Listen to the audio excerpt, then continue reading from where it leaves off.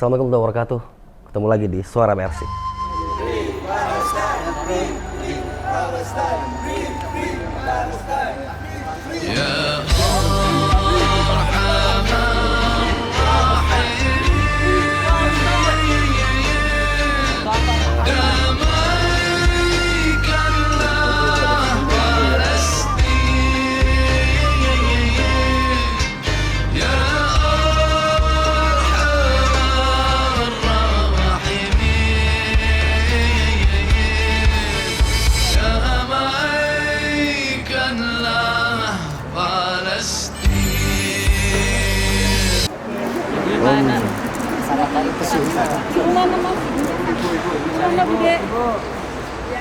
Sini Bu. Bisa dihitung beberapa jam yang lalu kita mendapat kabar gembira saudara kita akhirnya sampai dengan selamat di Indonesia, kembali membawa segenap harapan, membawa kabar berita, segala bentuk rasa yang beliau limpahkan, kerinduan yang luar biasa antara seorang anak dan ibunya, bapaknya, keluarga besarnya. Dan melihat itu ada getaran yang mungkin kita bisa rasakan ya, dengan kehadiran salah satu putra terbaik bangsa Indonesia. Yang bisa putra rasakan hari ini tuh beliau jadi inspirasi banyak anak muda hari ini. Kita sambut Mas Farid. Assalamualaikum. Waalaikumsalam warahmatullahi. Masya Allah. Sampai jam? Nyampe jam di mana nih? Di bandara? Bandara.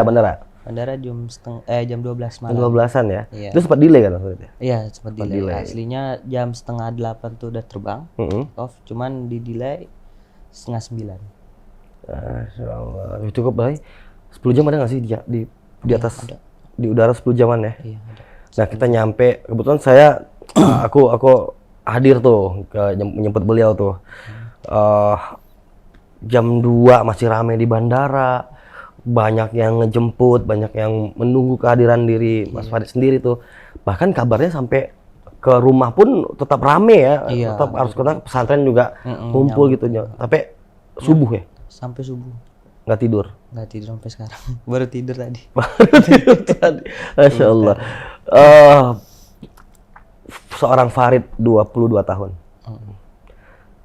Nggak asing, semua orang tahu bahwa dirimu sudah hampir 4 tahun di sana, di Gaza. Jauh sebelum perang tahun ini terjadi. Seluruh dinamika terjadi di sana. Mengapa nyampe ke Gaza? Kenapa nyampe ke Gaza? Ada ceritanya, Mas. Oh, ini menarik, ada ceritanya. Jadi nggak ujuk-ujuk ke Gaza gitu ya? Iya. Oke. Jadi sewaktu itu ada sebelum saya kelulusan di SMA. Oke. Di Al-Fatah. Itu ada kakak kelas saya yang ada tugas dari kuliah untuk menanyakan bagaimana cita-citanya nanti ke depannya. Terus apa mau jadi apa segala macam gitu kan. Nah, ketika sebelum giliran saya mikir saya mau kuliah di mana gitu. Oke. Terus mau jadi apa saya gitu. Cuman entah kenapa di situ tuh tiba-tiba terbesit, Mas. Terbesit, saya pengen jadi jurnalis di Gaza. Jurnalis di Gaza. Iya, jurnalis di Gaza. Saya ingin mengangkat kisah-kisah yang ada di sana. Insya Allah saya akan ini. Itu niatnya dari situ, Mas. SMA aja udah mikir begitu ya? SMA itu memang. Ada faktor background story keluarga mungkin yang lebih mendekatkan diri ke Gaza? Apa cuma media? Ayah saya. Ayah, tuh kan? Ini pasti ada nih. Karena nggak mungkin kan kayak anak muda hari ini, maaf nih. Bukan, tapi mayoritas begitu, Mas Farid ya. Media kan hari ini kita dengan milenial, apa tuh medianya nggak ada tuh yang benar. Kalau nggak perang kita nggak tahu Gaza. Betul. Ya kan? Kita nggak tahu apa yang terjadi di sana. Nah, kebayang SMA tiba-tiba pengen jadi jurnalis Gaza, pasti ada background story yang luar biasa. Ternyata ayah ya. Ayah di waktu itu lagi di Gaza. Pembangunan tahap 2 rumah sakit Indonesia di sana. Masya Allah. Karena generasi kedua rumah sakit Indonesia yang sekarang lagi diperbincangkan, yang lagi emang diserang, nah itu ayah ikut terlibat dalam bangun itu. Betul. Sekarang ayah saya. dipegang estafet oleh seorang anaknya, Betul. jurnalis. Alhamdulillah. Akhirnya kuliah di sana.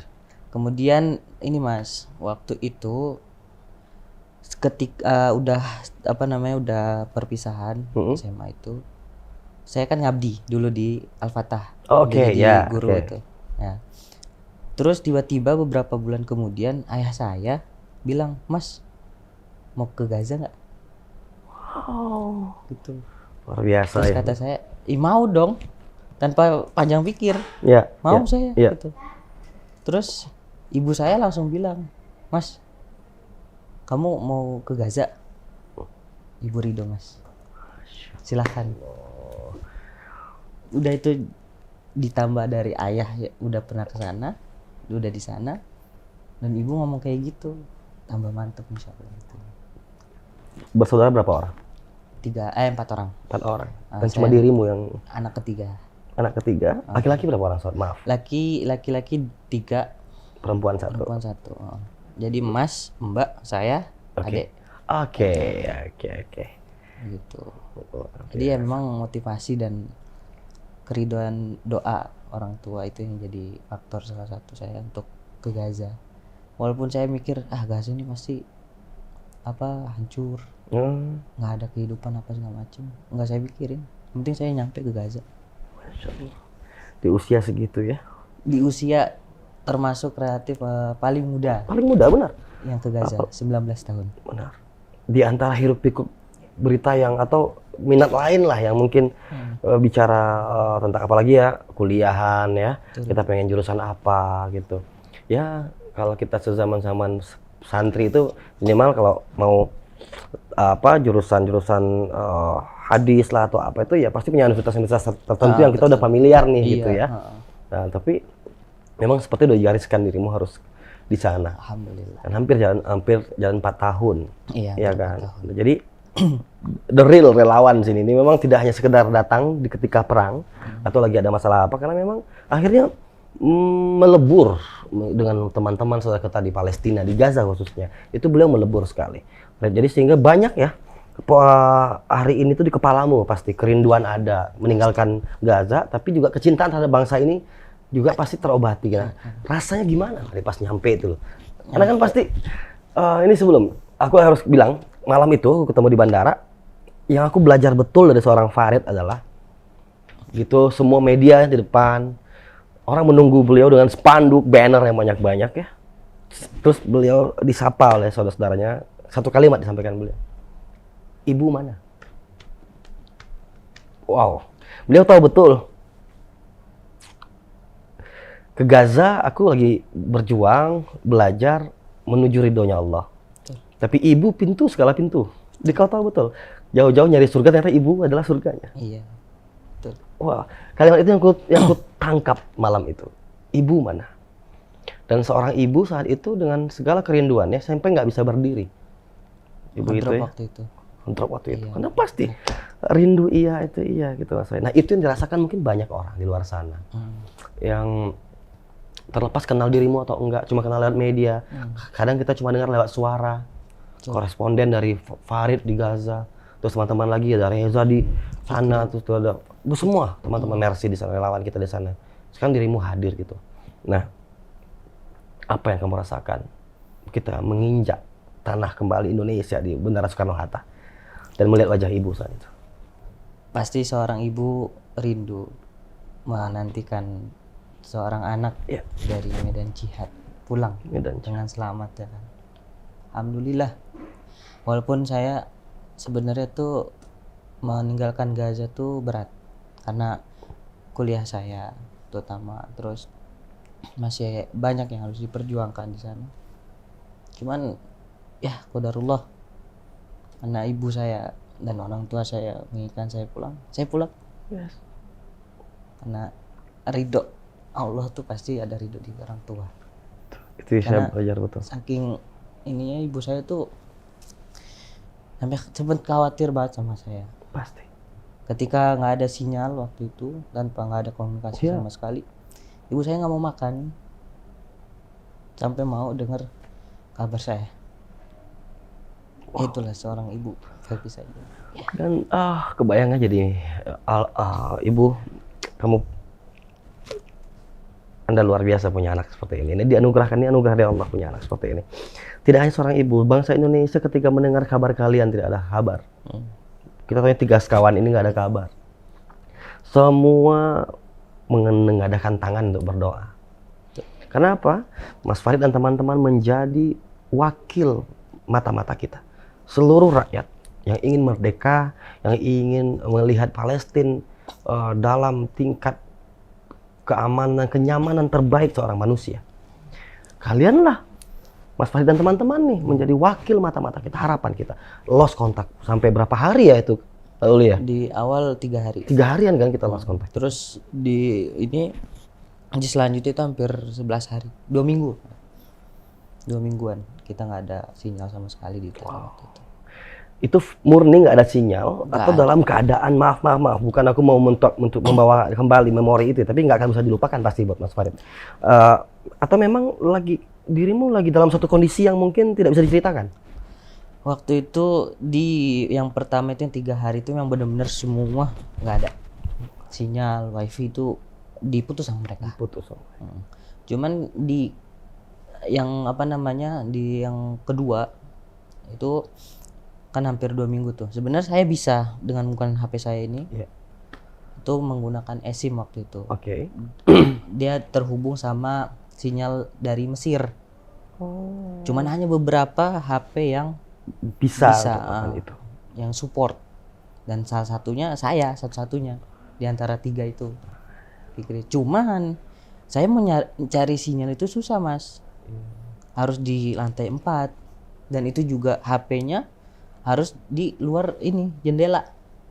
Dan Kenapa? Oh, biar sinyalnya. Iya. dan ketika itu kondisi mencekam. Mencekam.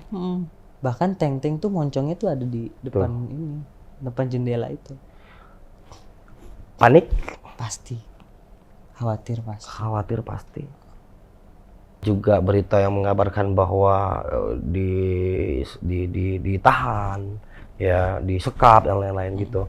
Sampai kita akhirnya dapat berita gembira saat dirimu kena sinyal tuh ya. Iya, itu. Itu dapat berita yang Nah, ketika rumah sakit Indonesia dibom dan dirimu dari sana posisinya sama teman-teman 3 sekawan itu berjarak bertiga nih barengan atau masing-masing beda tempat?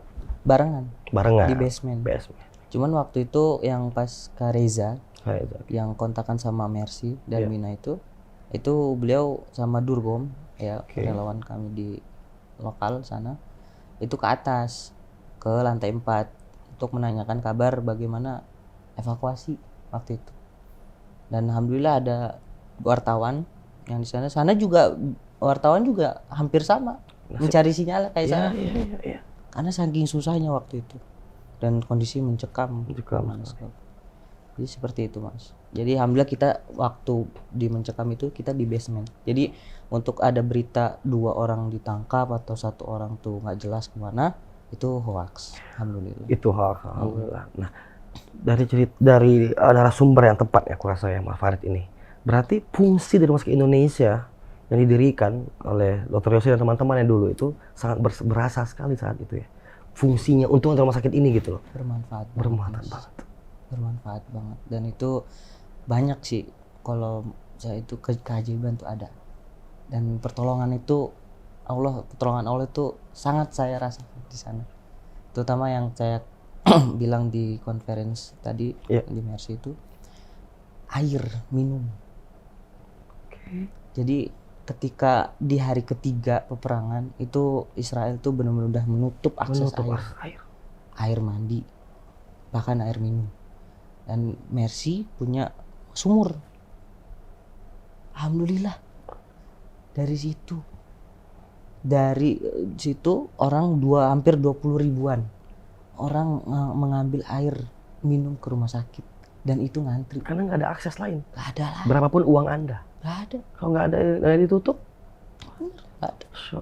Dan itu mereka ngambil tuh beberapa kali, Mas. Saking airnya tuh nggak habis-habis. Masya Allah. Terima kasih banyak Mercy. Terima kasih teman-teman yang di Mercy. Terima kasih banyak. Ini kita baru kerasa sekarang mimpi gagasan besar itu akhirnya sangat membantu di posisi-posisi seperti ini. Walaupun kayak aku anggaplah kita berada lah di sana gitu. Tapi nggak ada yang jual air juga nggak ada. Gak ada. Oh gimana? Mau kemana? Apa guna harta? Betul. Nggak ada. Mereka hanya memikirkan tempat-tempat yang aman tuh di mana. Itu aja. Makanya mereka lari ke rumah sakit Indonesia. Iya. Terus di dekat rumah sakit itu ada sekolah juga tuh besar, PBB sama pemerintah. Di situ mereka mengungsi. Karena di rumah udah nggak aman. Mereka mau lari kemana? Nah, karena kan di peperangan itu kan nggak boleh rumah sakit, terus sekolah, dan tempat ibadah. Tapi ya Alhamdulillah itu memang kerasa banget. kerasa sekali ya. Bermanfaat banget, dan rumah sakit di Indonesia itu terbesar di utara. Banyak orang yang luka-luka, bahkan yang syahid pun dilarikan ke rumah sakit Indonesia. Aku nggak akan bahas tentang apa gimana tentang rumah sakit keadaannya hari ini gitu ya. Lantai berapa atau berapa yang lagi kerusakan gitu, atau keadaan perang seperti apa, karena memang semua sudah terbuka media hari ini.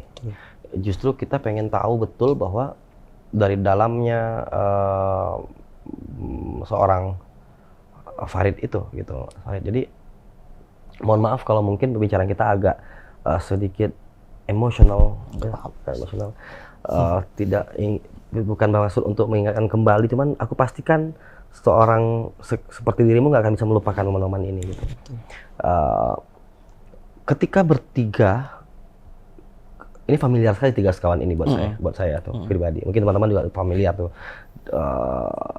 Tiga sekawan ini bergerak jauh sebelum perang ini terjadi. Betul. Dulu juga ada pembagian pembagian zona. Aku lihat ada Mas Farid di mana, Reza di mana untuk bagi-bagi alat sekolah teman-teman adik-adik kita di sana gitu ya. Nah, senyum mereka,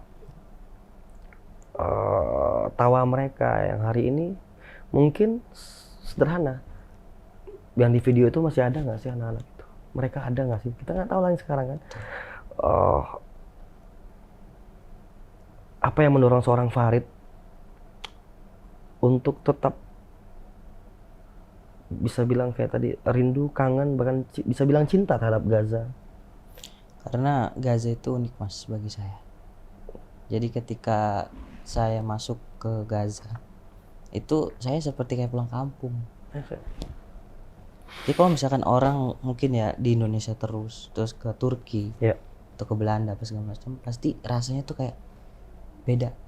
Maksudnya kayak hal baru. Oh iya, gitu iya kan. kita cuma experience lah, kita mau refresh atau apa. Ini bangunan ini. Tapi Gaza enggak. Jadi kayak pulang kampung. Kayak saya pulang kampung aja. Mau ketemu mbah, saudara-saudara, seperti itu. Dan rasanya tuh tenang. Nggak ada apa-apa. Dan saya ketika datang di Rafah itu, masuk ke Rafah Gaza, itu yang pikiran saya, ya kok Gaza nggak seperti ini. Dan sebelum saya masuk itu, Gaza tuh kan hancur, nggak ada apa-apa segala macam. Gaza tuh nggak seperti itu. Semuanya ada Mas. Bahkan yang belum pernah saya lakukan di Indonesia, saya lakukan di Gaza. Oh, contohnya? Contohnya makan stroberi. Masya Allah. Saya makan stroberi langsung di kebunnya, metik sendiri. Makan gede-gede itu. Gede-gede ya? Iya. Terus juga labu, itu sekali tanam tuh bisa tumbuhnya tuh sampai 25 kilo. Waktu itu relawan Gaza tuh yang pernah ke sana, relawan Mercy, itu nanam buah labu. Ada dua. Itu yang satu 25, yang satu hampir 22. Gede-gede tuh ya? Gede banget. Itu keberkahannya. Kayaknya kita mesti berkunjung sering ke Instagram beliau kali ya, untuk banyak update sebelum itu kali ya. Sebelum kondisi perang kayaknya dirimu sering update nggak sih? Enggak Nggak saya, juga ya? Kalau masalah sosial media kurang Mas. Karena sih saya ke Gaza itu hanya ya jadi relawan, terus kuliah di sana. Saya juga nggak mencari popularitas dari sosial media atau segala macam. Sosial media saya hanya untuk ini aja, hiburan bagi diri saya melihat dia. Tapi ada saran sedikit Mas Farid. Ngelihat kondisi hari ini dan kita akhirnya mengerti bahwa ada saatnya dirimu kayaknya mesti sering-sering posting ya. Iya sih. Melawan hoax yang ada akhirnya. Ah, ah. Melawan berita-berita yang ternyata dibikin, dikemas, dan ternyata itu jadi suatu klarifikasi yang bagus. Di saat misal dirimu tadi bisa ceritakan bahwa nggak apa-apa hari ini jadi seorang jurnalis Indonesia di Gaza, ya semua orang adalah pers hari ini. Nah kita mungkin dengan hadirnya update dirimu, kita bisa membayangkan bahwa kalau seandainya Palestina merdeka akan lebih indah seperti ya, karena ada posting-postingan yang tidak di sisi kerasnya gitu, tapi lebih itu juga bikin spirit kan. Tapi ke depan mungkin banyak di galerimu yang mungkin bisa di sharing pada hari, karena kita bilang kita cukup hari ini untuk bicara kesedihan. Gaza semua orang pasti sedih, yang punya hati pasti sedih. Tapi narasi kita hari ini adalah yuk kita semangat melawan bentuk penjajahan dimanapun, siapapun. Jadi jangan sampai loyo karena sedih akhirnya nggak bisa berjuang, larut dalam kesedihan tapi nggak bisa berbuat sesuatu. Tapi jadikan ini semangat untuk kita melawan bentuk penjajahan dimanapun, siapapun. Nah, pasti ke depan, berapa hari ke depan dirimu akan banyak dipanggil media. Ya, bukan bicara tentang bagaimana perang, bagaimana keadaan di sana semua ini itu. Ada nggak sih yang sebenarnya pingin Mas Farid sampaikan yang mungkin belum ditanyakan oleh banyak hal-hal yang kita pengen nih seorang Farid berstorytelling ke kita. Aku yang datang bukan sebagai penanya tapi pendengar yang baik. Aku ingin jadi pendengar yang baik hari ini untuk maksudnya ini loh yang pengen saya ungkapkan, bahwa banyak hal yang ingin saya sampaikan tapi minimal saya sampaikan bahwa ini yang mungkin nggak diceritakan atau bahkan nggak tergambarkan hari ini. Ketika perang. Ketika ya berapa saat ini, berapa bulan, berapa ya kita lihat Oktober lah ya, dari Oktober kepalamu ini pengen gua bilang tapi nggak ada ininya gitu. Ya, yang paling emosional tuh ketika evakuasi. Di evakuasi ke selatan. Ini memang bahkan si Fikri dan Reza pun nggak berani buat cerita karena kan kondisinya mereka di sana takutnya ada apa-apa kan. Jadi mereka ini mungkin saya mewakili mereka dan kita merasakan itu semua. Jadi ketika evakuasi itu memang sangat genting banget dan itu menjadi terakhir evakuasi yang dikirimkan bantuan oleh Mahmud Abbas, Presiden Otoritas Palestina. Itu terakhir waktu itu, tanggal 22 hari Rabu. Nah, ketika itu kemarin sebenarnya sebelumnya juga malamnya kami dibuat pilihan. Kalian mau mau dievakuasi bareng sama karyawan RSI atau sama korban luka-luka, karena sebelumnya mereka tuh udah menelpon kami untuk mengosongkan seluruh RSI. Cuman kata direktur RSI itu masih banyak orang-orang yang di sini, tolonglah evakuasi kami. Terus mereka memfasilitasi itu. Dan ketika itu kami malamnya itu dibuat pilihan dua itu tadi. Kita bingung. Kalau misalkan menunggu besok, itu keadaan makin genting. Takutnya mereka berani masuk. Dan karena di rumah sakit yang tadinya 20 ribuan, itu cuma tinggal ratusan, Mas. Karena orang-orang juga ketakutan mau kemana mereka. Gitu. Terus habis itu ya udah kita memutuskan sholat istikharah, kata Kareja. Udah kita sholat istikharah yuk. Gitu. Nah yang sholat itu waktu itu saya sama Kareja dan si Fikri katanya lagi ada urusan apa gitu. Itu saya sholat istikharah, sujud sambil doa, terus habis sholat juga doa, ya Allah tolonglah kami, ya Allah lindungi kami, berilah jalanmu, berilah petunjukmu bagi kami. Dan beberapa menit kemudian seolah-olah tuh Allah langsung menjawab itu. Dengan hati kami yang tadinya ingin bareng sama warga-warga yang luka itu luka akhirnya nggak jadi. Karena apa? Saya merasa nggak aman kalau ikut mereka. Udah jangan gitu. Ya udah akhirnya teman-teman sepakat, yaudah insya Allah besok kita semalam dulu lagi, 1 malam lagi di RSI. Oke. Kemudian besoknya ada yang mendengar bahwa yang tadi malam yang dibawa itu bis itu warga korban luka, itu ada sebagian yang ikut pengungsi, sebagian aja, mungkin beberapa orang saja. Tahu Mas, itu kan datangnya maghrib, otomatis di jalan malam ya kan. Itu ketika mereka mau ke selatan, itu mereka diturunin Mas, yang pengungsi itu, dan suruh jalan ke selatan. Coba bayangkan kalau kita ikut, kita bawa koper jalan ke selatan, nggak ada mobil ya. Tapi Masya Allah itu petunjuk banget, dan Allah itu dekat. Allah itu dekat, dan pertolongan itu pasti dekat ya kan? Padahal tanpa punya banyak waktu untuk berkonsultasi dengan sana sini, nggak ada komunikasi juga ya kan. Kita juga sulit secara sinyal dan lain-lain. Itu belum lagi gimana komunikasi sama Jakarta, sama Mercy. Betul. Arahan apa. Sedangkan dirimu harus ambil, dan teman-teman harus ambil putusan cepat. Untung nggak ikut yang itu ya. Enggak, alhamdulillah.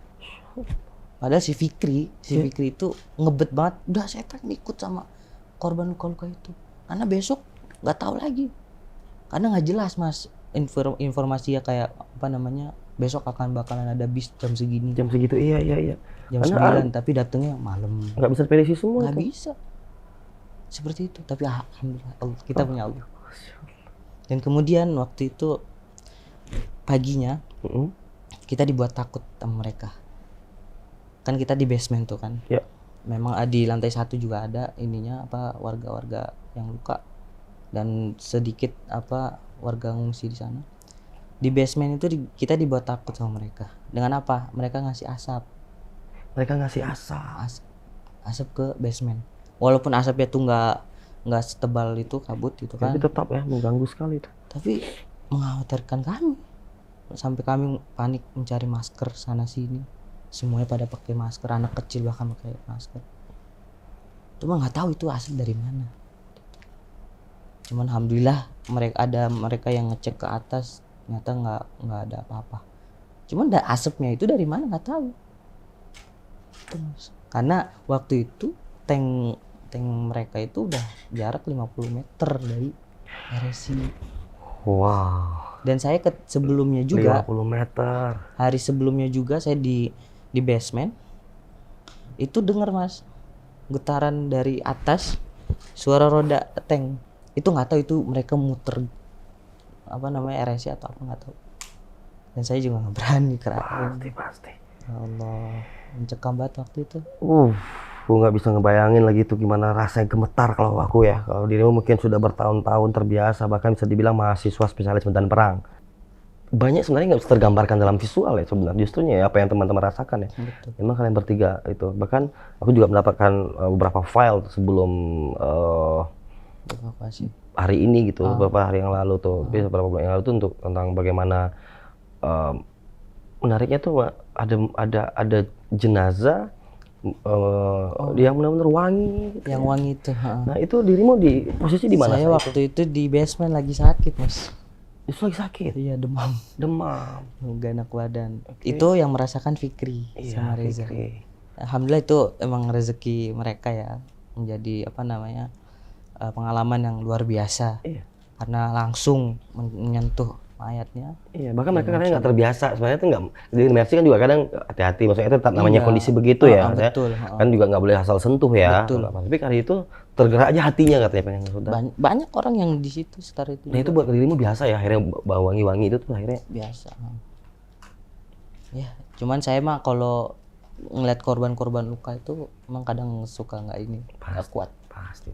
Bahkan saya pernah ngeliat tuh lagi mau ke Wisma. Itu ada yang membawa jenazah anak kecil Mas, darah semua mukanya dan netes-netes. Itu nggak tahu rupanya kayak gimana. Dan terus ini lanjutin story yang tadi. Dan setelah itu udah aman, udah menurut udah kabut, udah hilang tuh.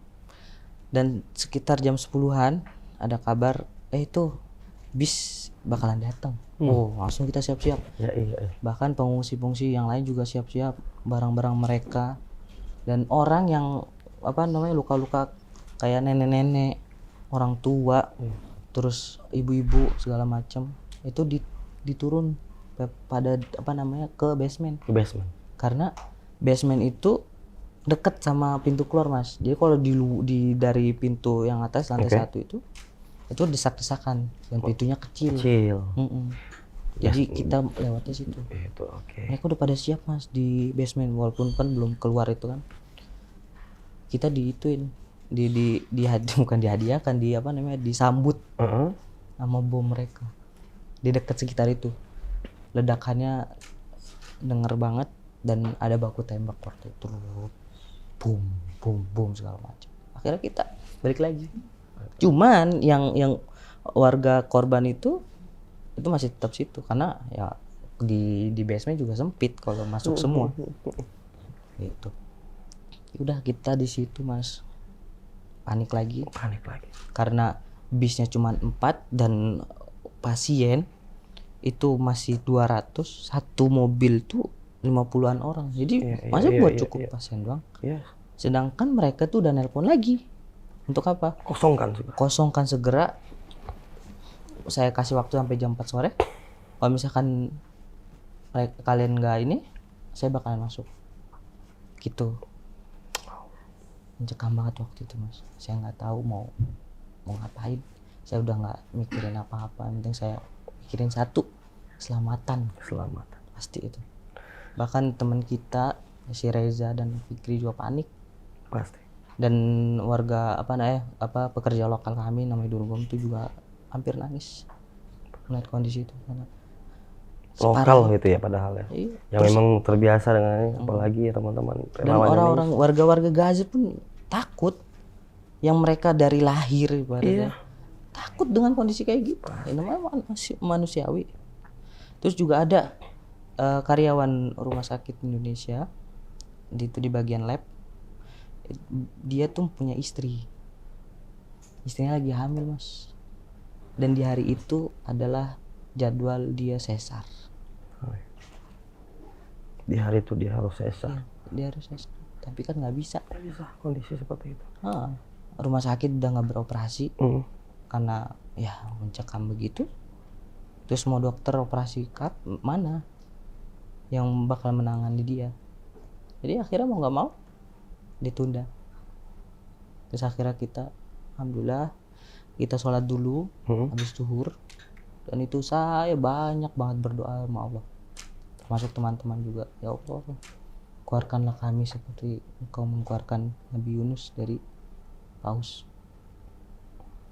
Ya Allah, itu benar-benar ngerasa banget, Mas, mencekam dan nggak tahu mau maju mati, mau mundur mereka masuk, dan nggak tahu mereka masuk ngapain.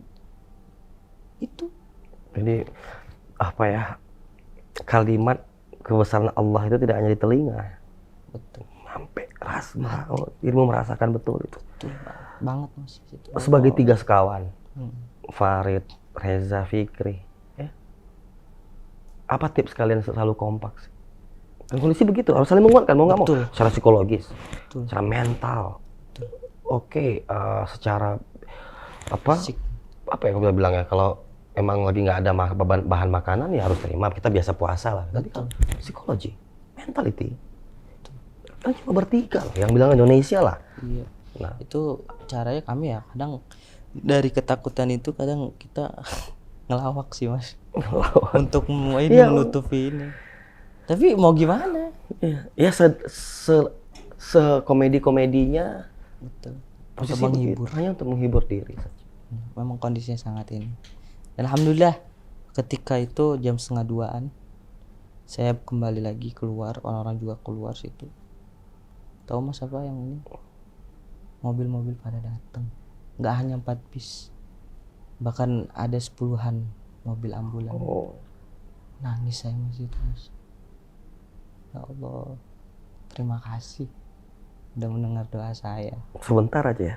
Ih, sebentar aja. Memang Doa Allah tuh maunya tuh, Allah tuh kita berdoa, kita meminta. Kita mengakui bahwa kita hamba, Betul, kita menghamba. betul. Allah tuh justru senang dimintain sama hambanya. Ya. Beda sama orang lain, kita minta-minta terus, yang ada orang itu bakalan marah sama kita. Masya Allah banget itu. Saya juga gak habis pikir sedekat itu pertolonganmu. Saya nangis masih waktu itu. Pasti.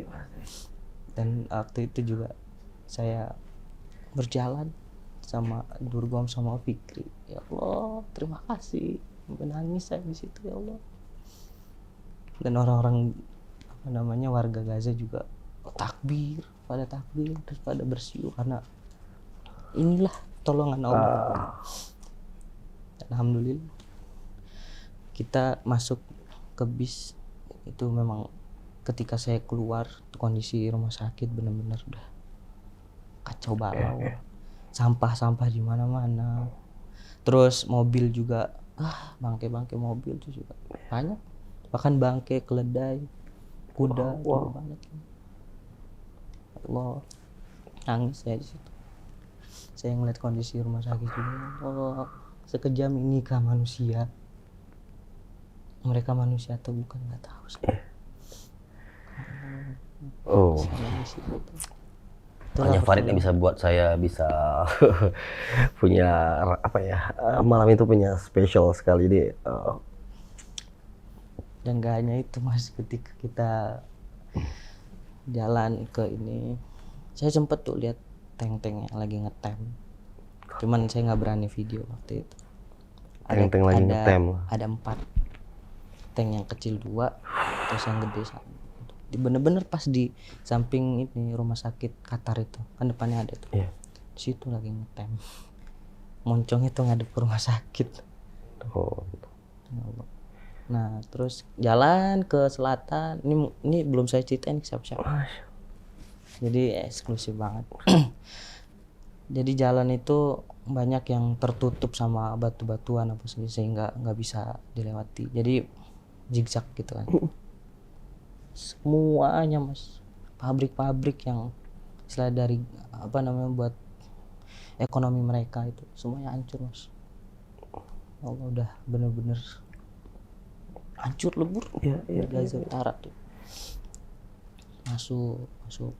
Nah terus di situ kita melewati bundaran Kuwait. Nah jadi orang yang mau evakuasi ke utara tanpa ada perizinan atau fasilitas yang mereka beri dan mereka pakai mobil, itu mereka harus berhenti di situ karena nggak boleh, mereka harus jalan. Mobil-mobil semua pada di situ Mas, pada parkir di situ karena nggak boleh. Mereka jalan juga dari situ ke selatan hampir puluhan kilo, jalan kaki bayangin. Dan saya juga alhamdulillah kita lewat karena kan pakai bis yang mereka fasilitasi, jadi aman insya Allah waktu itu. Cuman memang relatif nggak aman juga. Kita jalan dan mereka itu di Jalan Salahuddin. Di tempat wadi namanya Wadi Gaza, itu menghubungkan utara dengan selatan. Itu mereka kan ada 2 jalur nih, balik sama ke sana. Itu disapu bersama mereka jadi satu jalur.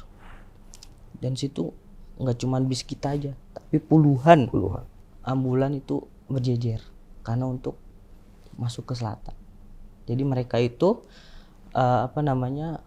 di situ buat kayak militer.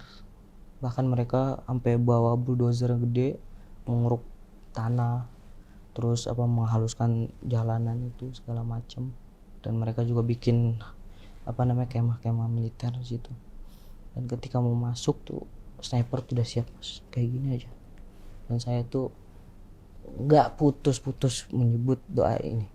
A'udzu bikalimati tammati min syarri ma khalaq.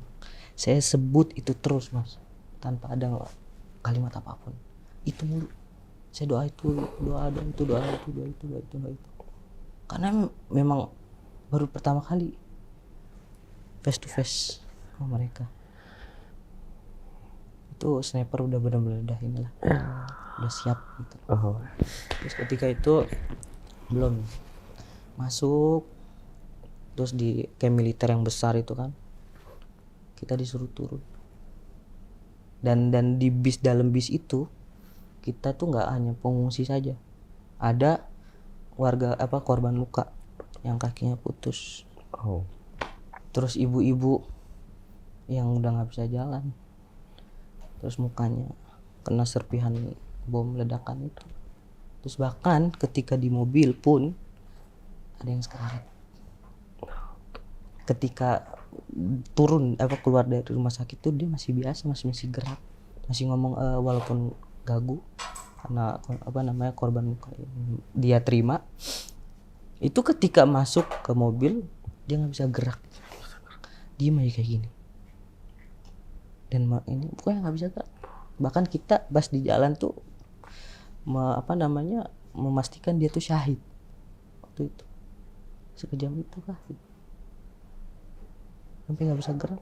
Ya Allah, baru pertama kali ini pengalaman yang saya nggak bakalan lupa, yang pernah saya rasakan. Kita bertiga. Nah, ketika itu mobil diberhentikan bis. Alhamdulillahnya kita mobil pertama, bis yang pertama. Kita turun semua. Saya juga sebelum turun tuh masih doa itu mas, yang tadi saya gak pernah putus. Takut. Lalu pertama kali ini saya nama Bang Uni mungkin gak pernah ini. Kita yang merasakan, WNI yang merasakan. Kita turun mas, dan turun juga semuanya itu harus turun. Yang kakinya entah kaki semua terus nggak bisa foto, turun duduk di tanah. Tapi alhamdulillah kita berdiri. Tapi yang nggak bisa, yang ada kaki gimana? Semuanya turun. Dan kita juga disuruh hadap ke mereka karena mereka itu punya kamera yang besar. Ya. Karena itu deteksinya tinggi sekali itu. Untuk mendeteksi wajah-wajah kami. Iya, tinggi sekali itu. Akurasinya tinggi sekali. Kayak di film-film, tapi ini nyata. Ini nyata. Jadi ada yang menurut mereka ini enggak kayak curiga, dipanggil. Kamu yang pakai jaket ini warna biru atau warna hitam tuh. Tapi mereka tuh nggak nyebut nama. Ya. Nyebut warna baju, dipanggil. Ciri-ciri saat itu ya. Di sebelah kanan saya. Sebutin nama kamu. Ini. Sebutin nomor KTP kamu ini nih. Bener. Dari mana mereka dapat data? Ya, pasti. Kecuali dari kamera itu. Jadi nah, yang hebatnya ketika sebelum turun dari mobil itu kan saya takut mas, khawatir segala macam. Ketika turun saya tenang. Saya bener-bener nggak ada rasa takut. Kayak saya ketemu Mas Putra. Kayak nggak ada, saya tuh terancam sama Mas Putra tuh nggak ada. Pokoknya tenang. Mungkin karena dari doa itu. Pokoknya tenang semua. Dan alhamdulillahnya kita nggak dipanggil. Cuman itu kamu warga asing. Iya. Ya ajnabi gitu kan. Bantuin orang yang ini. Yang yang nggak bisa jalan tuh masuk ke bis. Alhamdulillah kita masuk ke bis. Kan mereka tahu nggak sih? Pasti tahu lah kamu dari Indonesia ya. Pasti. Indonesia. Karena kan kita pakai rompi, pakai rompi terus ada bendera ini. Alhamdulillah. Tapi ada juga mas. Ketika itu saya bareng sama anak kecil namanya Mus'ab dan adik-adiknya Mus'ab, Yazan, terus Ubadah, kalau nggak salah tuh. Itu bapaknya sampai saya keluar dari Gaza itu belum dibebaskan sama mereka, ditangkap sama mereka waktu itu. Sedangkan dia harus tetap jalan. Iya. Si anak harus tetap. Betul. Harus tetap anak dan istrinya. Harus dievakuasi terus. Dan istrinya juga punya anak. Mas Farid ketemu lagi bersama Reza Fikri. Dimanapun itu, mau di Gaza, mau Indonesia. Pasti banyak hal yang kalau di sana kita nggak tersampaikan karena situasi peran kita di sana. Betul. aku bisa ngerasain, pasti kamu juga pengen berterima kasih sama dua orang ini kan, sama dua sahabat. Pasti. Apa yang pengen kamu sampaikan buat mereka berdua? Buat mereka ya memang banyak perbedaan di antara kita. Cuman kita memang satu, keluarga Mercy, warga Indonesia yang di sana.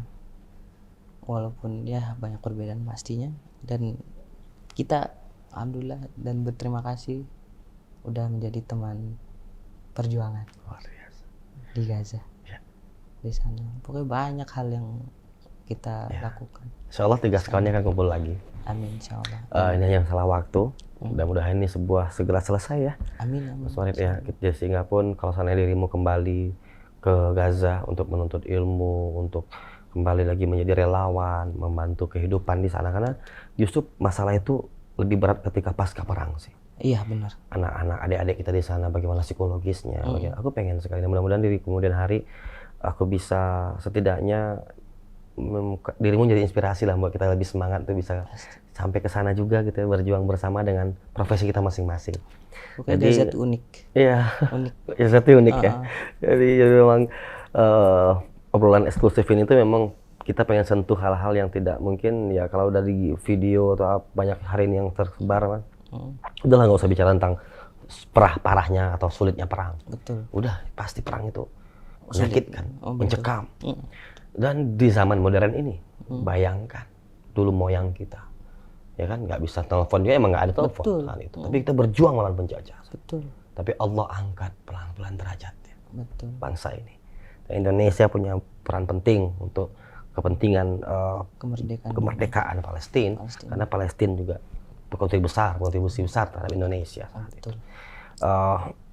Sebagai mahasiswa, spirit apa yang ingin kau sampaikan bahwa kita sebagai anak muda Indonesia, sebagai mahasiswa, sebagai yang masa depan kita yang akan menentukan, Mas Fikri, Mas Farid. Jadi apa yang ingin sampaikan terhadap optimisme kemerdekaan Palestina?